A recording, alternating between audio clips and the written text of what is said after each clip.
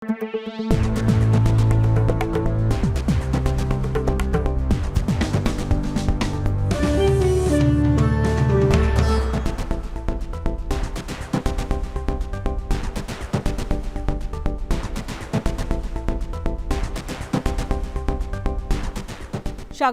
এখন জনপদে, সঙ্গে আছি শরীফ রওশন। সীমানা জটিলতায় পাবনা ১ এবং ২ আসনের নির্বাচন স্থগিত করেছে কমিশন। এ বিষয়ে আরো বিস্তারিত জানাতে আমাদের সাথে ইসি থেকে যুক্ত হয়েছেন সহকর্মী হোসেন জাহিদ। জাহিদ, আপিল বিভাগের আদেশের জেরেই তো এই সিদ্ধান্ত, এ বিষয়ে আর কি কি তথ্য আছে? ইসি আরো কি কি যৌক্তিক কারণ দেখিয়েছেন, বিস্তারিত জানাবেন। রওশন, ইসির পক্ষ থেকে আসলে নির্বাচন বন্ধ রাখার যৌক্তিকতা মূলত একটাই এবং মৌলিক কারণ যে হাইকোর্টের আপিল বিভাগ যে সিদ্ধান্ত দিয়েছে, যেহেতু এই দুইটি আসনের সীমানা নিয়ে এখনো কোনো চূড়ান্ত সিদ্ধান্ত আসেনি, মীমাংসা চূড়ান্তভাবে হয়নি, কাজেই এই মীমাংসা না হওয়া পর্যন্ত এটি আসলে বন্ধ রাখার সিদ্ধান্ত রাখা হয়েছে। এবং আপনি জানেন যে পাবনা ১ আসনের শুরুতে মূলত গত ৫ সেপ্টেম্বর আসলে সিদ্ধান্ত নেওয়া হয়েছিল যে সাঁথিয়া উপজেলাকে পাবনা ১ আসনের নির্বাচনের সীমানা নির্ধারণ করা হয়েছিল। একই সঙ্গে বেড়া এবং সুজানগর যে উপজেলা, এই দুটি উপজেলাকে কেন্দ্র করে পাবনা ২ আসনের সীমানা পুনরায় নির্ধারণ করে একটা গেজেট প্রকাশ করে। তবে যারা সংক্ষুব্ধ ব্যক্তি ছিলেন, যারা আসলে এই সিদ্ধান্তের ফলে ক্ষতিগ্রস্ত হবেন বলে ধারণা করছিলেন, আশঙ্কা করছিলেন, তারা পুনরায় আসলে হাইকোর্টে এটি রিট করেন যে আসলে আগের যে সিদ্ধান্তটি ছিল, অর্থাৎ পাবনা ১ এবং ২ আসনের যে সকল সীমানা ছিল সেটিকে পুনর্বহাল করতে হবে। সেই রিটের পরিপ্রেক্ষিতেই মূলত গত ৫ জানুয়ারি আমরা দেখেছি আদালতের রায় এসেছে এবং সেই রায়ে কিন্তু আগের যে সীমানাটি ছিল সেটি পুনর্বহাল করার পক্ষে বলা হয়েছে। এর পরবর্তীতে আবারও নির্বাচন কমিশনের পক্ষ থেকে আবার পুনরায়, যেহেতু এটা লিভ টু আপিল, অর্থাৎ আবেদন পুনরায় না করা পর্যন্ত এটি আসলে স্থগিত রাখার সিদ্ধান্ত, যেটি আইনি ভাষায় বলা হয়ে থাকে লিভ টু আপিলের সিদ্ধান্ত। তো সেটি যেহেতু এই মুহূর্তে কার্যক্রমটি এখনো স্থগিত অবস্থায় আছে, কাজেই এটি চূড়ান্ত মীমাংসা না হওয়া পর্যন্ত এখানে নির্বাচন সংক্রান্ত যত কার্যাবলী রয়েছে সেগুলো আপাতত স্থগিত রাখতে হবে। এটি মূলত আদালতের সিদ্ধান্ত এবং সেই সিদ্ধান্তের পরিপ্রেক্ষিতেই একজন নির্বাচন কমিশনার আব্দুর রহমান তিনি কিন্তু সকালেও গণমাধ্যমকে জানিয়েছেন মুঠোফোনে আসলে এই সিদ্ধান্ত তারা মানতে এক প্রকার বাধ্য। এবং যেহেতু আজ একই সঙ্গে নির্বাচন কমিশনের যে সিদ্ধান্ত অনুযায়ী যে সকল প্রার্থীরা মনোনয়ন বাছাইয়ের ক্ষেত্রে সংক্ষুব্ধ হয়েছেন, তারা কিংবা তাদের পক্ষে যারা সংক্ষুব্ধ হয়েছেন, তারা আজকে শেষ দিনের মতো তারা আসলে এখানে আপিল করতে পারবেন, সেই কার্যক্রমও কিন্তু শুরু হয়েছে। এবং এখানে মোট 10টি অঞ্চল ভিত্তিক একটি বুথ করা হয়েছে। সেই বুথে মূলত এসে প্রার্থী কেউ নিজে এসেছেন, কেউ হয়তো প্রার্থীর পক্ষে আসছেন এবং তারা এসে আপিলটি করছেন। এবং আজ সন্ধ্যা নাগাদ এবং বিকাল 5টা নাগাদ মূলত এই কার্যক্রম চলমান থাকবে। রওশন, আমরা চেষ্টা করছি খবরাখবরগুলোর নজর রাখতে, চেষ্টা করবো পরবর্তী বুলেটিনে আবারও জানাতে। ইসির সচিবালয় থেকে যুক্ত ছিলেন সহকর্মী হোসেন জাহিদ। চট্টগ্রামের মিরসরাই, কুমিল্লার ইলিয়াটগঞ্জ এবং মুন্সিগঞ্জের নিমতলিতে সড়ক দুর্ঘটনায় ৬ জন নিহত হয়েছেন। এসব ঘটনায় আহত হয়েছে আরও অন্তত ৩৫ জন, যাদের বিভিন্ন হাসপাতালে আপাতত ভর্তি করা হয়েছে। রাত ৩টার দিকে ঢাকা চট্টগ্রাম মহাসড়কের বারুইহাট বাস এবং ট্রাকের সংঘর্ষে ৩ জন নিহত হয়েছে। এই ঘটনায় আহত হয়েছে অন্তত ৭ জন। পুলিশ জানায় সেন্ট মার্টিন পরিবহনের ডাবল ডেকারের একটি বাস চট্টগ্রাম থেকে ঢাকা যাচ্ছিল। ঠিক এই সময় ফেনী নদীর ব্রিজ এলাকায় পৌঁছালে বাসটি নিয়ন্ত্রণ হারিয়ে হাইওয়েতেই দাঁড়িয়ে থাকা ট্রাকের পেছনে ধাক্কা দেয়। এদিকে ঘন কুয়াশায় ঢাকা মাওয়া এক্সপ্রেসওয়ের মুন্সিগঞ্জের সিরাজদিখানে থেমে থাকা একটি পণ্যবাহী ট্রাকের পেছনে যাত্রীবাহী বাসের ধাক্কায় 1 জন নিহত হয়েছে, আহত হয়েছে অন্তত 15 জন। এছাড়া কুমিল্লার ইলিয়াটগঞ্জে নিয়ন্ত্রণ হারিয়ে সড়কে একটি বাস উল্টে দুর্ঘটনায় 2 জনের মৃত্যু হয়েছে আর আহত হয়েছেন অন্তত 12 জন।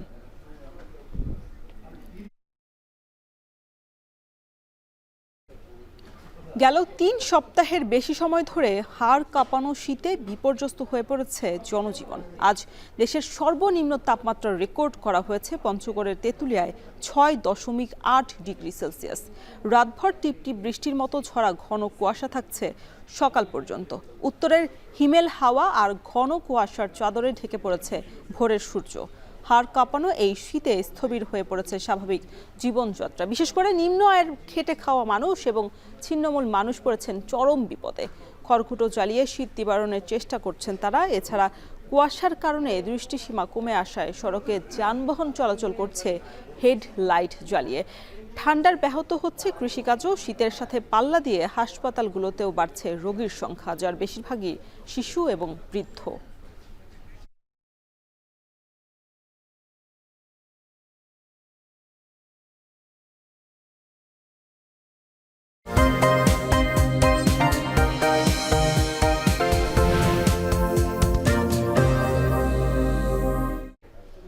এবার ভোটারের ইশতেহার প্রসঙ্গ।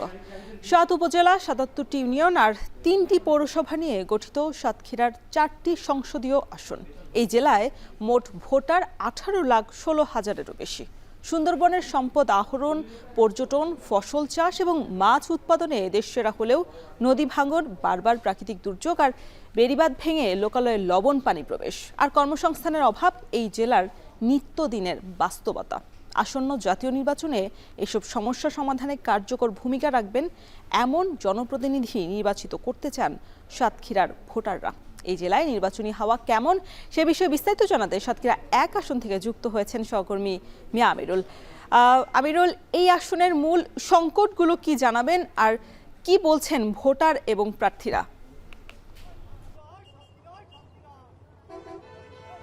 রওশন, আমি রয়েছি সাতক্ষীরা জেলার যে সংসদীয় আসন 1 সংসদীয় আসন, সেখানটায় কলারো এবং তালা উপজেলা সংশ্লিষ্ট যে জায়গাটি রয়েছে কপোতাক্ষ নদীর একবারে কোল ঘেঁষে গড়ে ওঠা মূলত পাটকেল ঘাটা বাজারে আমি অবস্থান করছি। এখানকার যারা ভোটার রয়েছেন তারা যেটি বলছেন যে মূলত আগামী ত্রয়োদশ জাতীয় সংসদ নির্বাচন ঘিরে তাদের যে প্রত্যাশা কিংবা তাদের যে প্রাপ্তির জায়গা সেটি বলছেন যে মূলত যেহেতু একটি কৃষি নির্ভর এই অঞ্চল এবং আপনি যেমনটি বলছিলেন যে দর্শকদের উদ্দেশ্যে মূলত যে এখানে একটা সময় চিংড়ি চাষ ছিল, খুব ভালো একটি পর্যায়ে ছিল, যেটি মূলত রপ্তানি পণ্য হিসাবেও কিন্তু শুরুর দিকে ছিল, দ্বিতীয় সর্বোচ্চ ছিল, কিন্তু বর্তমানে সেটির কিন্তু রপ্তানি হচ্ছে না খুব একটা। এবং সেই সাথে এই এলাকাটি মূলত লবণাক্তর সাথে লড়াই করার ফলে কিন্তু আমরা দেখেছিলাম যে এখানে যে ফসল যেগুলো উৎপাদন করা হয় মূলত ধান এবং সেই সাথে অন্যান্য যে গম থেকে শুরু করে সবগুলো, সেই ক্ষেত্রে কিন্তু কৃষকরা একটি সমস্যার মধ্য দিয়ে রয়ে গেছে বলা চলে। তারা যেটি বলছেন যে আগামীতে যারাই নির্বাচিত হবে কিংবা জনপ্রতিনিধি হিসাবে আসবে তারা যেন এই বিষয়গুলো নিয়ে কাজ করে ভালোভাবে। এখানকার ভোটারদের কথা মূলত এই জায়গাটাই আমরা বেশিরভাগ দেখেছি। এবং একই সাথে এটি যেহেতু এটির পাশেই সুন্দরবন রয়েছে, সুন্দরবন ঘিরে যেহেতু আপনি জেনে থাকবেন যে এখানকার বনজ সম্পদ আহরণে এবং এটিকে ঘিরে যেহেতু মধু, কাঠ থেকে শুরু করে সুন্দরবনের নানা সংশ্লিষ্ট ব্যাপারগুলো কিন্তু মূলত সাতক্ষীরার যারা জনবল রয়েছে, জনসাধারণ রয়েছে, তারা কিন্তু সেটি ঘিরেও তাদের একটি পরিকল্পনা থাকে, তাদের জীবন ধারণের একটি অন্যতম মাধ্যম হিসেবে আমরা কিন্তু এটা দেখেছি। তবে সেই সুন্দরবনে যেহেতু অনেক ক্ষেত্রে দেখা যায় অবাধে চলাচল কিংবা নানা ধরনের সমস্যা জর্জরিত হতে হয়, তারা যেটি চাচ্ছেন যে মূলত এটিকে ঘিরে যেন একটি পরিকল্পনা থাকে। এবং আমরা আরও একটি বিষয় যেমনটি লক্ষ্য করছিলাম, এই যে সংসদীয় আসন সাতক্ষীরা 1, যেখানটা মূলত আমরা দেখেছিলাম এর আগে বিএনপি, জামায়াত এবং সহ অন্যান্য রাজনৈতিক দলের তারা কিন্তু জনপ্রতিনিধিরা তারা কিন্তু এখানে এসেছিলেন এবং নির্বাচিত হয়েছিলেন। তবে তারা যেটি বলছেন যে বারবার রাজনৈতিক দলগুলো প্রতিশ্রুতি দিয়ে থাকলেও তারা ফলপ্রসূ কোনো ধরনের ব্যবস্থাপনা কিংবা ফলপ্রসূ যেই সমস্যার সমাধান সেটি কিন্তু তারা পাননি। তারা যেটি বলছেন যে আগামীর ত্রয়োদশ জাতীয় সংসদ নির্বাচন ঘিরে যেন এই ধরনের সমস্যা কিংবা এই ধরনের যে সমস্যা জর্জরিত হয়ে থাকা ব্যাপারগুলো যেন সমাধান হয়ে যায় এবং তাদের যেই মাধ্যমগুলো রয়েছে কিংবা এখানে যেহেতু বলছিলাম যে রপ্তানি পণ্যের মধ্যে যে চিংড়ি অন্যতম, আপনি জেনে থাকবেন যেটি গলদা এবং গলদা চিংড়ি বিশেষ করে ইউরোপ সহ বিভিন্ন দেশে রপ্তানি হয়। তবে এখানটায় রপ্তানির ক্ষেত্রে আমরা যেমনটি লক্ষ্য করছিলাম যে আগে যেখানে দ্বিতীয় সর্বোচ্চ ছিল সেটি বর্তমানে 10-এরও পরে গিয়ে অবস্থান ঠেকেছে। এবং একই সাথে এখানে যে ধান উৎপাদন থেকে শুরু করে যেহেতু লবণাক্ত সহিষ্ণু, এখানে লবণাক্তের সাথে যেটি মূলত মিলিয়ে নেওয়ার যে ব্যাপারটি, সেই ধরনের ধান কিন্তু মূলত এখানে চাষের ব্যাপারে কৃষকরা উদ্যোগ নিচ্ছেন এবং সেটি করছেন। এবং বলা চলে এখানে যেহেতু কপোতাক্ষ এবং ইছামতি নদী ঘিরে এই জনপদ, এই অঞ্চলের মানুষের বসবাস কিংবা জনবসতি গড়ে উঠেছে, এখানকার মানুষের একটাই চাওয়া পায়, সেটি হচ্ছে তাদের যে কৃষি সেটি যেন তারা ভালোভাবেই কাজগুলো করতে পারেন এবং কৃষির উপরে যেন জনসাধারণ কিংবা জনপ্রতিনিধিরা আগামীতে গুরুত্ব দেন, তারা কিন্তু সেটি চাচ্ছেন। এবং যেটি বলছিলাম যে আমাদের আজকের মূলত সাতক্ষীরার জেলা ঘিরে ভোটার এবং সংশ্লিষ্ট রাজনৈতিক দলের নেতাদের সাথে আমরা বসবো ভোটারের ইশতেহারে বিকেল ঠিক 4:30টায়, সেটি দেখার আমন্ত্রণ রইল সবাইকে। স্বামী, 19 বছরের নির্বাসিত জীবন শেষে দেশে ফিরে বিএনপির ভারপ্রাপ্ত চেয়ারম্যান তারেক রহমানের প্রথম উত্তরবঙ্গ সফর। 11 জানুয়ারি এই সফর শুরু হচ্ছে টাঙ্গাইলে মাওলানা ভাসানীর কবর জিয়ারতের মধ্য দিয়ে। তুমুল উচ্ছ্বাসে তারই প্রস্তুতিতে ব্যস্ত সময় পার করছেন বিএনপির নেতাকর্মীরা। কাউসার আহমেদের পাঠানো তথ্য ও ছবিতে দেখুন বিস্তারিত। দীর্ঘ নির্বাসিত জীবন শেষে গেল বছরের ২৫ ডিসেম্বর দেশে ফিরেছেন বিএনপির ভারপ্রাপ্ত চেয়ারম্যান তারেক রহমান। ১১ জানুয়ারি থেকে ঢাকার বাইরে উত্তরবঙ্গের বিভিন্ন জেলায় রাজনৈতিক কর্মসূচি ঘোষণা করেছে বিএনপি। তালিকায় প্রথম কর্মসূচি টাঙ্গাইলে উপমহাদেশের কিংবদন্তি রাজনীতিক মাওলানা আব্দুল হামিদ খান ভাসানীর মাজার জিয়ারত। তার আগমন ঘিরে স্থানীয় নেতাকর্মীদের মাঝে ব্যাপক উচ্ছ্বাস। ১-২ বছর আগেও চিন্তা করতে পারতাম না যদি ২৪-এর গণঅভ্যুত্থান না হয়তো। এটা সকলের জন্য অবশ্যই এটা অনুপ্রেরণা। আমাদের দেশনায়ক তারেক রহমান এখানে যে আসবে, আমরা টাঙ্গাইলবাসী এবং সমগ্র এলাকাবাসী এই তাকে গ্রহণ করার জন্য আমরা অপেক্ষায় আছি। তারেক রহমানের এই সফরকে ঐতিহাসিক বলছেন নেতাকর্মীরা।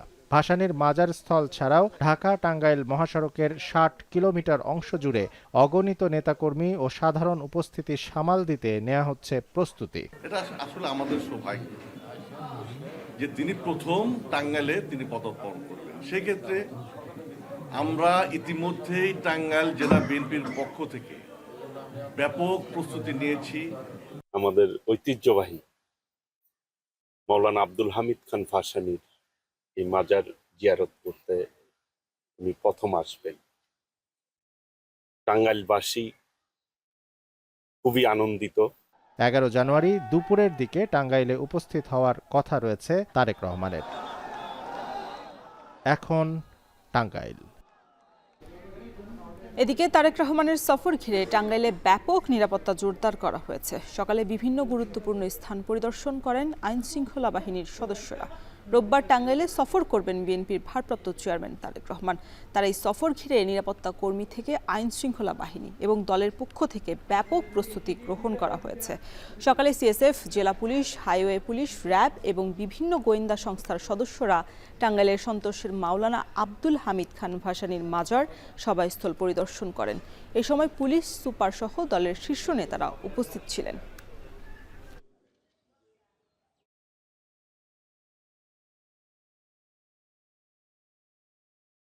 কুমিল্লায় নারী ভোটার প্রায় অর্ধেক। দেশ এবং সমাজ পরিবর্তনে অংশীদারিত্ব চান তারা। সংখ্যায় শক্ত অবস্থান থাকলেও নির্বাচনের মাঠে সিদ্ধান্ত, প্রতিশ্রুতি এবং উন্নয়ন পরিকল্পনায় নারীর ভাবনা কতটা গুরুত্ব পাচ্ছে, কামরুল হাসানের ক্যামেরায় বিস্তারিত জানাচ্ছেন খালেদ সাইফুল্লাহ। হাড় কাঁপানো শীতে কুমিল্লার নমশূদ্রপল্লীতে বাঁশ দিয়ে ব্যবহার্য সামগ্রী তৈরি করছেন রত্না, ছায়ারানী ও দীপালির মতো গ্রামের নারীরা। কাঁচামালের দাম বাড়ায় রুটি রুজির উপায় নিয়ে শঙ্কিত তারা। নির্বাচন নিয়ে নানা আক্ষেপ থাকলেও প্রত্যাশারও কমতি নেই তাদের। তারা বিভিন্ন দিক থেকে সুবিধা বঞ্চিত, আবার তারা দেখা গেছে বিভিন্ন কার্যক্রমগুলোতে যখন তারা যুক্ত হচ্ছে, তারা সেই সকল সুযোগ সুবিধা বা সেই সকল প্রায়োরিটিটা পাচ্ছে না। গৃহস্থালী, কৃষি, কলকারখানা, শিক্ষা, হাসপাতাল, আইনাঙ্গন বা প্রশাসন, সর্বত্রই নারীরা নিজেদের যোগ্যতার প্রমাণ দিচ্ছেন। নারীর নিরাপত্তা এবং নারীরা যাতে বৈষম্যের শিকার না হয়, সরকারের কাছে আমরা খাওয়াইবো, ফিন্দাইবো, সুন্দর করে চালাইবো। কুমিল্লায় মোট ৪৯,৩১,০০০ ভোটারের মাঝে নারী ভোটার ২৩,৯৫,০০০। তাই এবারের নির্বাচনে প্রার্থীদের জয়ের জন্য নিয়ামক শক্তি হতে পারে তাদের ভোট। এমন একটি পরিস্থিতি নিশ্চিত করবে যেখানে একজন নারী চাইলেই তার মনের ভাব প্রকাশ করতে পারবে, তার জন্য সর্বোচ্চ নিরাপত্তা নিশ্চিত হবে। নারী পুরুষ ভেদাভেদ না করে মানুষ আমরা কিভাবে নিজেকে দিন দিন উন্নতি নিতে পারবো। নারীরা আজ আর চার দেয়ালেই সীমাবদ্ধ নন। তারা প্রশ্ন করেন, সিদ্ধান্ত চান, জবাবদিহিতা খোঁজেন। নারীরা পরিবর্তনের শক্তি। নির্বাচনী ইশতেহারে নারী বান্ধব পরিকল্পনা রাখতে হবে। নারীর শিক্ষা এবং কর্মসংস্থানের সুযোগ যেন তারা পায়, সেরকম জনবান্ধব প্রতিনিধি বর্তমানে নারীরা চাচ্ছেন। তাদের প্রত্যাশা শুধু প্রতিশ্রুতি নয়, বাস্তব পরিবর্তনের পথে হাঁটবেন নির্বাচিত জনপ্রতিনিধিরা। ভোটের অঙ্কে নয়, নীতির কেন্দ্রে নারীদের ভাবনাকে স্থান দিবেন। সেই যাত্রায় অংশীজন হতে চায় কুমিল্লার নারীরাও। খালেদ সাইফুল্লাহ, এখন কুমিল্লা। ছাত্র সংসদ নির্বাচন জাতীয় নির্বাচনে প্রভাব ফেলবে না বলে মন্তব্য করেছেন বিএনপির মহাসচিব মির্জা ফখরুল ইসলাম আলমগীর। সকালে ঠাকুরগাঁওয়ে সাংবাদিকদের সাথে মতবিনিময় সভায় এ কথা বলেন তিনি। এ সময় দেশের আইনশৃঙ্খলা পরিস্থিতি সন্তোষজনক নয় বলে অভিযোগ করেন তিনি। এছাড়া রাজনৈতিক নেতৃবৃন্দকে হত্যার ঘটনায় সরকারের পদক্ষেপ দৃশ্যমান নয় বলে সমালোচনা করেছেন বিএনপির মহাসচিব। মির্জা ফখরুল বলেন, দেশের আইন শৃঙ্খলা পরিস্থিতি সন্তুষ্ট হওয়ার মতো নয়। রাজনৈতিক নেতৃবৃন্দকেও হত্যা করা হচ্ছে, সরকার কোনো দৃশ্যমান পদক্ষেপই নিচ্ছে না। নির্বাচনের সময় এই ঘটনাগুলোর পুনরাবৃত্তি যাতে না হয় সেই ব্যাপারে সরকারকে সক্রিয় ব্যবস্থা গ্রহণের আহ্বানও জানান তিনি। এছাড়া জানান, আগামী নির্বাচনের গণভোটে না এর সুযোগ নেই। তারেক রহমানের রংপুর সফর বিষয়ে তিনি বলেন, এটি তারেক রহমানের ব্যক্তিগত সফর। এই সফর উত্তরাঞ্চলকে এগিয়ে নিয়ে যাবে। এ সময় স্থানীয় গণমাধ্যম কর্মীরা উপস্থিত ছিলেন। যে গণভোটে আমরা নিজেরাই একই দিনে গণভোট এবং আপনার জাতীয় সংসদ নির্বাচন চেয়েছিলাম, সেভাবেই হয়েছে। আইন শৃঙ্খলা পরিস্থিতি যেটা দাঁড়িয়েছে সেটাতে আমি আপনার খুব সন্তুষ্ট হতে পারছি না, কারণ যে হারে রাজনৈতিক নেতৃবৃন্দকে খুন করা হচ্ছে, বিশেষ করে আমাদের দলের কয়েকজন নেতাকে হত্যা করা হয়েছে, খুন করা হয়েছে, আমরা এটা তীব্র নিন্দা জানিয়েছি, ক্ষোভ জানিয়েছি। এবার ছুটির দিনের বাজার পরিস্থিতি। দেশের বিভিন্ন বাজার সয়লাভ শীতের সবজিতে, তবে দাম এখনও ঊর্ধ্বমুখী। খুলনার বাজারে সপ্তাহের ব্যবধানে 5 থেকে 10 টাকা বেড়ে বিক্রি হচ্ছে বেশিরভাগ সবজি। এদিকে ব্রাহ্মণবাড়িয়ায় কয়েক দিনের ব্যবধানে কেজিতে 15 টাকা বেড়েছে পেঁয়াজের দাম। এ বিষয়ে আরও বিস্তারিত জানাতে খুলনার মিস্ত্রিপাড়া বাজার থেকে যুক্ত হয়েছেন সহকর্মী রামিম চৌধুরী এবং ব্রাহ্মণবাড়িয়ায় আনন্দবাজার থেকে যুক্ত হয়েছেন আজিজুল সঞ্চয়। তবে রামিম, আপনার কাছে জানতে চাই, শীতের সবজির সরবরাহ বাড়ার পর ঊর্ধ্বমুখীর কারণ কি বলছেন ক্রেতা এবং বিক্রেতারা?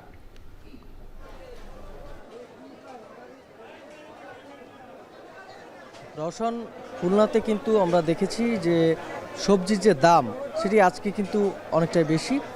আজকে সকাল থেকেই আমরা বিভিন্ন বাজারে দেখেছি যে সবজির যে সরবরাহ সেটি কমার অজুহাতে আজকে বাজারে সবজির দাম কিন্তু বাড়ানো হয়েছে। এখানকার বিক্রেতারা যেটি বলছেন যে মূলত বাজারে তারা যে সব জায়গা দিয়ে সবজি কিনছেন, বিশেষ করে আড়তগুলো থেকে, সেই জায়গাতে সবজির যে সরবরাহ সেটি কিছুটা কম রয়েছে, যার ফলে সবজির যে দাম সেটি কিন্তু আজকে কিছুটা বেশি রয়েছে বলে জানিয়েছেন এখানকার ব্যবসায়ীরা। মূলত কিন্তু প্রতি বছরই শীতের এই সময়টাতে সবজির যে দাম সেটি কিন্তু অনেকটাই নিয়ন্ত্রণে থাকে এবং সবজির যে সরবরাহ সেটি অনেকটাই ভালো থাকে। তবে এবছর কিন্তু কিছুটা ভিন্ন অবস্থা রয়েছে। আজকে শীতকালীন যে সবজির দাম সেটা যদি আপনাকে বলি, যে বাঁধাকপি আজকে প্রতি কেজি বিক্রি করা হচ্ছে 30 টাকা, ফুলকপি 40 টাকা, এছাড়াও টমেটো বিক্রি করা হচ্ছে প্রতি কেজি 80 টাকা করে, মূলা বিক্রি করা হচ্ছে 40 টাকা, সিম 70 টাকা প্রতি কেজি, এছাড়াও শসা কিন্তু আজকে 100 টাকার উপরে প্রতি কেজি বিক্রি করা হচ্ছে, এছাড়াও বেগুন বিক্রি করা হচ্ছে 50 টাকা। কাঁচামরিচ রয়েছে বাজারে আজকে কিন্তু সেটি 120 টাকার উপরে বিক্রি করা হচ্ছে।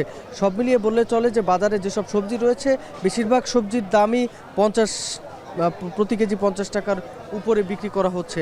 এছাড়াও 100 টাকার উপরে বেশ কিছু সবজিও কিন্তু রয়েছে।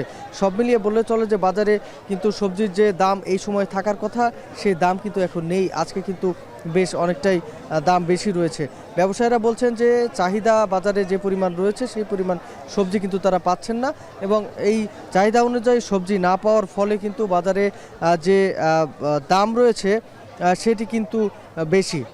এখানকার ক্রেতাদের সাথে আমরা কথা বলেছি, তারা বলছেন যে শীতকালে, বিশেষ করে শীতকালীন যে সবজি রয়েছে সেই সবজির সরবরাহ কিন্তু বাজারে সবসময় বেশি থাকে। তবে এই সময়টাতে সবজির বাজারে দেখতে পেলেও কিন্তু দাম অনেকটাই বেশি রয়েছে। এখানে কিন্তু বাজারে আমরা দেখছি যে সবজি কিন্তু সব দোকানেই বেশ সবজি রয়েছে, তবে এখানে কিন্তু দাম কিছুটা বেশি। প্রত্যেকটা সবজিতেই দাম কিছুটা বেশি। শীতকালীন যে সবজিগুলো রয়েছে সেগুলোর দাম এই মুহূর্তে বেশ নিয়ন্ত্রণে থাকার কথা। খুলনা বিভাগের বিভিন্ন অঞ্চল থেকে কিন্তু যে সবজি যে সরবরাহ সেটি বাজারে করা হয়, তবে এই সবজি বাজারে সরবরাহ অনেকটাই কমেছে বলে ব্যবসায়ীরা বলছেন। তারা বলছেন যে বাজারে যে আড়তগুলোতে যে সবজিগুলো আসে বিভিন্ন এলাকা থেকে, সেই সবজির যে সংখ্যা সেটি কিছুটা কমেছে। তো সেক্ষেত্রে বলে চলে যে বাজারে সবজির সরবরাহ কমার ফলেই কিন্তু দাম বাড়ছে বলে জানিয়েছেন এখানকার ব্যবসায়ীরা। তো সব মিলিয়ে এই ছিল আমার কাছে খুলনার সবজি বাজার থেকে সবশেষ খবর।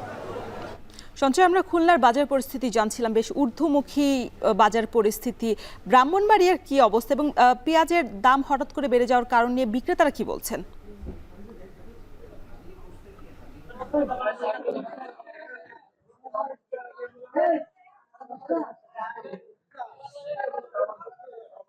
রোশন, আজকে ছুটির দিন হওয়ার পরে কিন্তু এই ব্রাহ্মণবাড়িয়ার আনন্দবাজার যেহেতু এটি আসলে শহরের প্রথম পাইকারি এবং খুচরা পণ্যের বাজার, এখানে কিন্তু ক্রেতাদের ভিড় আমরা লক্ষ্য করছি যেহেতু আজকে ছুটির দিন।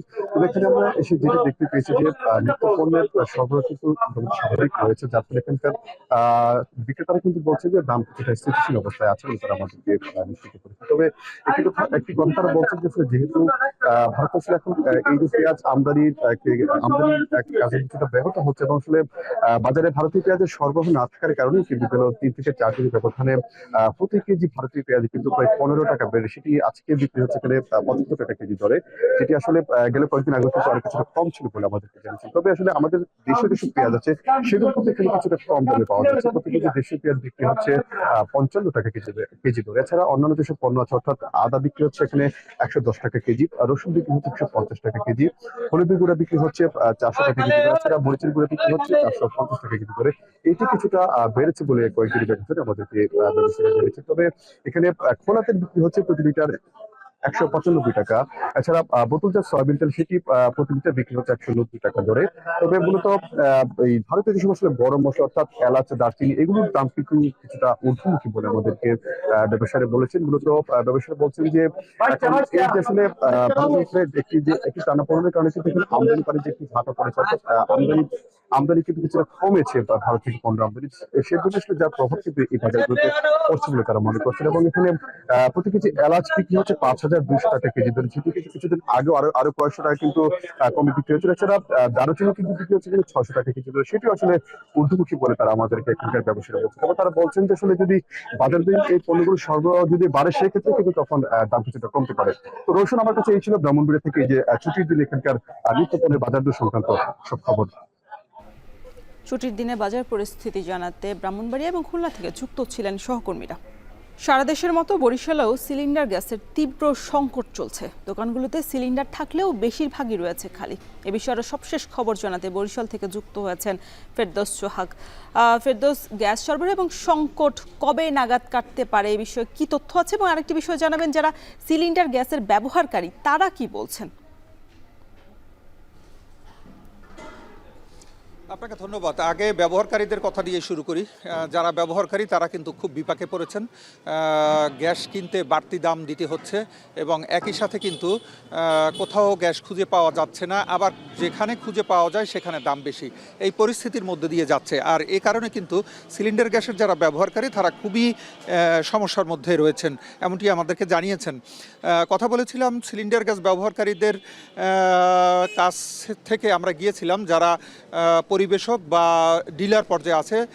আমরা কিন্তু দাঁড়িয়ে আছি একটি গ্যাসের ডিলারের দোকানের সামনে, যেখানে এখানকার খুব নামকরা একটি দোকান, সেরকমের একটি দোকানের সামনে আমরা দাঁড়িয়ে। এখানে আমরা যেটা দেখছি যে গ্যাস কিন্তু এখানে কয়েকটি মাত্র কোম্পানির গ্যাসের যারা পরিবেশক এবং পর্যায়ে রয়েছেন তারা যেটি জানিয়েছেন, সান, ওমেরা এবং ফ্রেশ, এই 3টি গ্যাসের কোম্পানির কিন্তু এখানে সরবরাহ রয়েছে। বাকি যতগুলো গ্যাস কোম্পানি রয়েছে সবার সরবরাহ কিন্তু তুলনামূলক কম এবং অনেকের গ্যাস সরবরাহ বন্ধ হয়ে গেছে। আর এই কারণেই কিন্তু গ্যাসের সংকট রয়েছে। বরিশালে 20 জনের মতো পরিবেশক বা ডিলার রয়েছেন। তাদের কয়েকজনের সাথে আমি কথা বলেছি। তারা যেটি বলেছেন যে তারা কেউ 1420 থেকে 1450 টাকা পর্যন্ত ডিলার পর্যায়ে বিক্রি করছেন এবং সেখান থেকে ভোক্তা পর্যায়ে গিয়ে যখন যায় তখন কিন্তু 1500 টাকা দাঁড়ায়। এবং এর কারণ হিসেবে তারা যেটি বলেছেন যে বরিশাল নগরীতে কথা যদি বলি, প্রায় 70 থেকে 80 হাজার গ্যাসের চাহিদা রয়েছে এবং সেই চাহিদার বিপরীতে এখন অর্ধেকেরও কম গ্যাস কিন্তু সরবরাহ হচ্ছে। এই কম সরবরাহের কারণে কিন্তু আসলে দামটি বেড়ে গেছে। আমরা একটা জিনিস জানি যে সাধারণত যেটা দেখা যায় যে আসলে সরবরাহ কম হলে সেই জিনিসের চাহিদা বেড়ে যায়। সেই একই অবস্থা কিন্তু বরিশালের হয়েছে। ভোক্তা পর্যায়ে যে গ্যাসের যে পরিস্থিতি সেটির কারণে তারা আমাদেরকে যেটা জানিয়েছেন যে এখন গ্যাসের যে সরবরাহ রয়েছে তার চেয়ে চাহিদা বেশি, আর এই কারণেই দাম বেড়ে গেছে। তবে কবে নাগাদ এটি কমবে এর জবাবে একটাই রয়েছে, ইউরোপিয়ান কান্ট্রিগুলো থেকে কিন্তু গ্যাস সরবরাহ আসে বাংলাদেশে, সেখান থেকে সরবরাহ স্বাভাবিক হলেই কিন্তু এখানেও দাম কমবে, এমনটি আমাদেরকে জানিয়েছেন এখানকার ডিলাররা। এতটুকুই ছিল বরিশাল থেকে গ্যাসের দাম এবং সরবরাহের যে খবর তার সবশেষ। বরিশালে সিলিন্ডার গ্যাসের তীব্র সংকটে ভোক্তাদের ভোগান্তির খবর জানাচ্ছিলেন সহকর্মী ফেরদৌস সোহাগ। চট্টগ্রামের ডিসি পার্কে চতুর্থবারের মতো শুরু হয়েছে মাসব্যাপী ফুল উৎসব। এবার দেশি বিদেশি 140 প্রজাতির লক্ষাধিক ফুলের পাশাপাশি অন্যতম আকর্ষণ হিসেবে যুক্ত হয়েছে zip line, climbing tree, umbrella tree সহ মাল্টি কালচারাল ফেস্টিভ্যাল। এ বিষয়ে আরও বিস্তারিত জানাতে আমাদের সাথে এই মুহূর্তে যুক্ত হয়েছেন কাজী মাহফুজ। মাহফুজ, এই মাসব্যাপী যে ফুল উৎসব সেখানে দর্শকদের বা ফুল প্রেমীদের ভিড় কেমন দেখছেন, বিস্তারিত জানাবেন।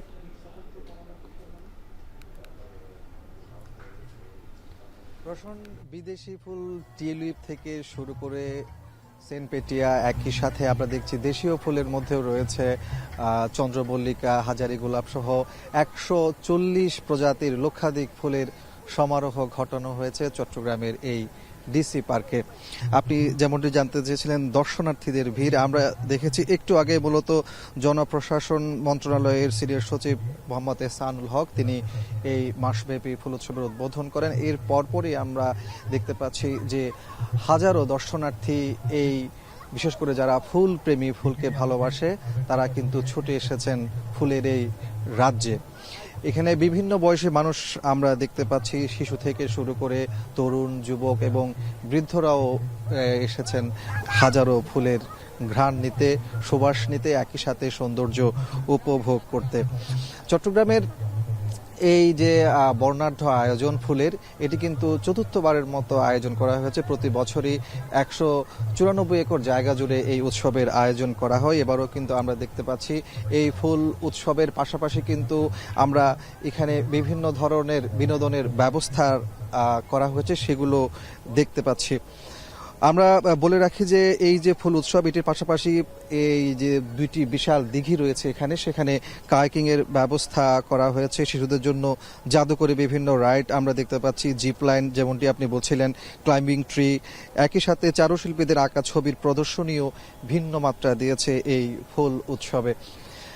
প্রতিদিন কিন্তু সন্ধ্যায় এই মাসব্যাপী যে ফুল উৎসব, এখানে দেশীয় শিল্পীদের পরিবেশনা যেমন রয়েছে, পাশাপাশি 14টি দেশের নাগরিকদের অংশগ্রহণে মাল্টি কালচারাল ফেস্টিভ্যালেরও আয়োজন করা হয়েছে।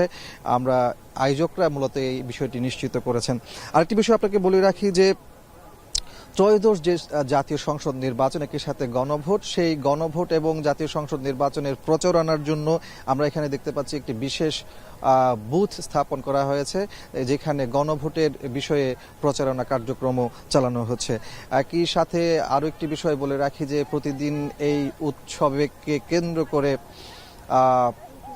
যাতে নিরাপত্তার যে বিষয় সেটি নিশ্চিত করা যায়, তার জন্য সিসি ক্যামেরা যেমন স্থাপন করা হয়েছে এবং নিরাপত্তা কর্মীদেরও সংখ্যা বাড়ানো হয়েছে, সেই বিষয়গুলো আমরা এখানে এসে দেখতে পাচ্ছি। এবং প্রতিদিন সকাল 10টা থেকে রাত 8টা পর্যন্ত এই উৎসব দর্শনার্থীদের জন্য খোলা থাকবে, উন্মুক্ত থাকবে। তো সবকিছু মিলিয়ে বলা যায় যে মাসব্যাপী যে ফুল উৎসব, এই উৎসবটি আজকে উদ্বোধন করা হয়েছে এবং দর্শনার্থীরা এখানে আসতে শুরু করেছেন এবং কর্তৃপক্ষ আশা করছেন যে এটি এবার ভিন্ন মাত্রা দেবে এবং ফুল প্রেমীদের আনন্দের খোরাক হবে। রোশন, চট্টগ্রামের ডিসি পার্কে মাসব্যাপী ফুল উৎসবের খবর জানাতে আমাদের সাথে যুক্ত ছিলেন কাজী মাহফুজ। এক টুকরো কাঠের নৌকা, এটাই শোবার ঘর, আবার এটাই রান্নাঘর। প্রজন্মের পর প্রজন্ম ধরে এই সংকীর্ণ নৌকার খোলেই কাটে মান্তা সম্প্রদায়ের শৈশব, কৈশোর আর বার্ধক্য। আধুনিক সভ্যতার আলো যখন শহর ছাড়িয়ে গ্রামেও পৌঁছেছে, তখন এই মানুষগুলো আজও পড়ে আছেন সময়ের ঠিক উল্টো স্রোতে। সেই অবহেলিত মান্তা জনগোষ্ঠীর জীবন সংগ্রাম নিয়ে বিস্তারিত প্রতিবেদন দেখুন সুজন আকনের। নদীতে ভাসছে অনেকগুলো নৌকা, প্রত্যেকটি নৌকায় এক একটি পরিবার, যারা ভাসমান জেলে বা মান্তা নামে পরিচিত। মান্তা সম্প্রদায়ের জীবন মানেই জলের উপর ভেসে চলা এক নিরন্তর সংগ্রাম। জন্ম শৈশব থেকে শুরু করে বার্ধক্য পর্যন্ত তাদের গোটা জীবন অতিবাহিত হয় নৌকার সংকীর্ণ পরিসরে। নদী তাদের ঘর, নদী তাদের জীবিকা। প্রজন্মের পর প্রজন্ম ধরে ঝুঁকি নিয়ে প্রতিকূল প্রকৃতির সঙ্গে লড়াই করে টিকে আছে এই যাযাবর জনগোষ্ঠী। কেমন কাটছে তাদের জীবন? এই নানু ভাই এই নৌকায় থাকি, রান্দি বাড়ি খাই, ঘুমাই, মাছ বিক্রি করি। চেয়ারম্যান মেম্বার দ্বারা আছে, দ্বারা চাইলে হারা জিনিস দেয় না। এজন্য মোরা নৌকা বসবাস করি। মেঘ তো হইলে মোরা ওই সড়ক খালখালিতে খাইনিয়াতে থাকি। সরকারের তো চাই ঘর চাও কেউ নড়ে দেয় না মগু। সন্তানদের লেখাপড়া শেখানোর গুরুত্বটা এখন বুঝতে পারেন এই সম্প্রদায়ের অভিভাবকরা, কিন্তু বাস্তবতা তাদের সেই মূল্যবোধকে গুরুত্বহীন করে তোলে। একটু বয়স হলেই সন্তানরাও মাছ ধরায় সাহায্য করে বাবা মাকে, ফলে আর স্কুলে যাওয়া হয়ে ওঠে না বেশিরভাগেরই। আমি আগে পড়তাম, এখন পড়ি না। কেন পড়ো না? নৌকায় থাকি। লেখাপড়ার ইচ্ছে আছে বুঝলেন না, আজকের দিনে তো মনে করেন যে লেখাপড়ার ছাড়া মূল্য নাই মানুষের। শুধু মান্তা সম্প্রদায়ের শিশুরাই নয়, দেশের সব শিশুরই পড়ালেখার অধিকার রয়েছে। তাই সরকারের এ ব্যাপারে উদ্যোগী ও উপকূলীয় এলাকায় ভাসমান শিক্ষা প্রতিষ্ঠান গড়ে তোলার আহ্বান সচেতন মহলের। এই মান্তা সম্প্রদায়ে যেমন নানাভাবে বঞ্চনার শিকার হয়, মানে সকল অধিকারের ক্ষেত্রেই, সেই ক্ষেত্রে রাষ্ট্রকে আরও সচেতন হতে হবে বলে আমি মনে করি। ভাসমান অবস্থায় বা যারা এই ঝরে পড়া শিক্ষার্থীরা রয়েছে তাদের জন্য যদি কোনো প্রকল্প থাকে, তাদের জন্য যদি কোনো উদ্যোগ থাকে, সেক্ষেত্রে আমার মনে হয় যে এই শিশুরা আসলে তারা শিক্ষা থেকে বঞ্চিত হবে না। ভাসমান এই সম্প্রদায় যুগ যুগ ধরে নদীর পাড়ে অবস্থান করে মাছ ধরে জীবিকা অর্জন করছে। নদী আর নৌকায় আবর্তিত এই বিচিত্র জীবনযুদ্ধে তারা টিকে আছে প্রজন্মের পর প্রজন্ম। সুজনা কোন, এখন বরগুনা। সবুজ চা বাগানের ভেতরে দৃষ্টিনন্দন লেক, সেখানে ফুটে আছে প্রকৃতির অনন্য উপহার হাজারো লাল শাপলা। এর মোহনীয় রূপ উপভোগ করতে প্রতিদিন শীতের সকালেও কুয়াশা ভেদ করে ছুটে আসেন হাজারো দর্শনার্থী। কাজল সরকারের প্রতিবেদন। চারপাশ জুড়ে সবুজ চা বাগান, উঁচু নিচু টিলার বুক চিরে নেমে এসেছে একটি দীর্ঘ জলাভূমি। সেই জলেই হাজারো লাল শাপলার হাসি। নয়নাভিরাম এই দৃশ্যের দেখা মিলবে হবিগঞ্জের চুনারুঘাট উপজেলার দেওয়ান্দি চা বাগানে। স্থানীয়রা যার নাম দিয়েছেন লাল শাপলা বিল। ফুটে থাকা অসংখ্য শাপলা সুবাস ছড়ায় শীতের সকালে। শিশির ভেজা লাল পাপড়িতে সূর্যের আলো পড়তেই যেন আরো প্রাণবন্ত হয়ে ওঠে প্রকৃতি। এর অনন্য সৌন্দর্য দেখতে দেশের নানা প্রান্ত থেকে ভিড় করছেন প্রকৃতিপ্রেমীরা। দর্শনার্থী ও স্থানীয়রা বলছেন, প্রাকৃতিক সৌন্দর্যের টানে শত শত মানুষ ছুটে আসলেও নানান কারণে নষ্ট হচ্ছে এখানকার প্রকৃতি। কুয়াশার মধ্যে শাপলা বিল প্লাস পাশাপাশি যে বাগান আছে, চা বাগানগুলো, চা বাগানের সৌন্দর্য আমরা জানি যে চা বাগানের সৌন্দর্য অনেক। এই পরিবেশটা খুব সুন্দর লাগছে, এই জন্য আমরা আসলাম দেখার জন্য।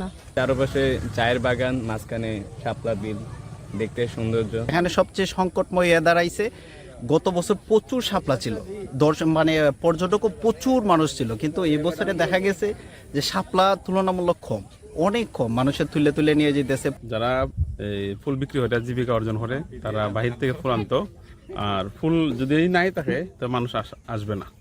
সৌন্দর্য রাখার জন্য ফুলগুলা তার দরকার। উপজেলা প্রশাসন বলছে, লেকের সৌন্দর্য ধরে রাখতে ও পর্যটকদের নিরাপত্তা নিশ্চিতে উদ্যোগ নেওয়া হয়েছে।